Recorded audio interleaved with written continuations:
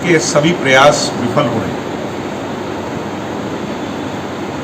वो हरियाणा का एकनाथ शिंदे बनना चाहते थे, मगर जो हश्र उनका हुआ, प्रयास जो उन्होंने किया, सभी विधायकों ने उनको साफ मना किया। वो चाह रहे थे बैक स्टैबिंग करना, पीठ में छुरा घोंपना, और बाकी इन चीज़ों से हमें कोई फर्क नहीं पड़ता। हमारा तो इतिहास रहा है।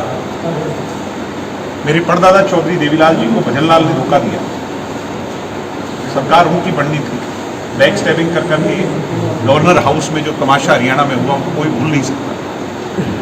उन्होंने देश का प्रधानमंत्री विश्वनाथ प्रताप सिंह को बनाया, विश्वनाथ प्रताप सिंह ने बैक स्टैबिंग कर करके उन्हें ही पद से हटा दिया, फिर भी कोई परवाह नहीं। पार्टियां छिन गई, निशान चले गए, फिर आगे बढ़े, फिर संघर्ष किया। उसके बाद समता पार्टी में कुछ ऐसा हुआ, फिर भी हमने चिंता नहीं की। हरियाणा लोकदल राष्ट्रीय बनी, उसके बाद इनेलो बनी, आज जजपा बनी। बहुत मजबूत है हमारी पार्टी। और ऐसे जो क्या कहें उन्हें, साजिशकर्ता कहें, क्या कहें, इन चीज़ों से हमें कोई फर्क नहीं पड़ता। हम मजबूत हैं, सशक्त हैं, अपनी लड़ाई लड़ रहे हैं।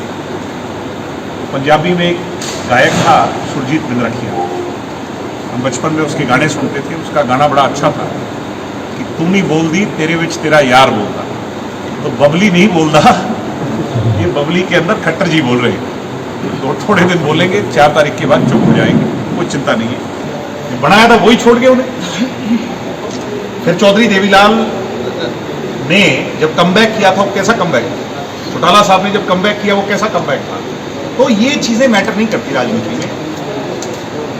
इस तरह की बैक स्टैबिंग कर, मैं तो बैक स्टैबिंग ही कहूँगा।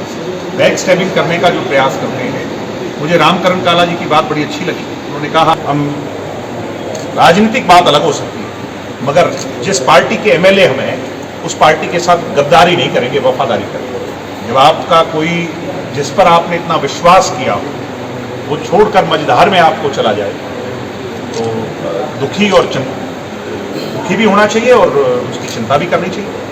और चिंता कर करके उसको एनालाइज करना चाहिए, मगर जब अगला कदम उठे तो आपका हौसला उससे बड़ा होना चाहिए। हमने भी यही, मैं कह रहा बात कोई छोड़ दो, हमने प्रधानमंत्री बनाए, वही हमारे सगे नहीं हुए, तो पंचायत का मंत्री बनाया, कोई दिक्कत नहीं है, कोई इशू ही नहीं है। वो उन्होंने जो प्रयास किया और उनका क्या हश्र हुआ।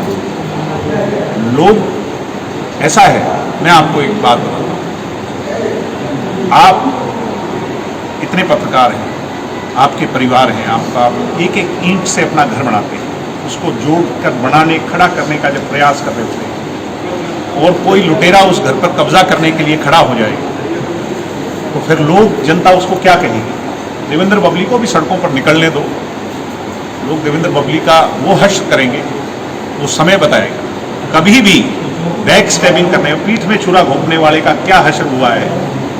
मेरे पास तो इतने एग्जाम्पल हैं, शायद आपकी रील मुक जाएगी, मैं नाम लेने लग जाऊं। इन चीज़ों से कभी किसी का कोई नुकसान कर पाया है क्या? हमने इनेलो छोड़ी थी, पार्टी का झंडा, पार्टी का सिंबल, पार्टी का धनबल, सब कुछ उनके पास छोड़ करके अपना घर बनाया।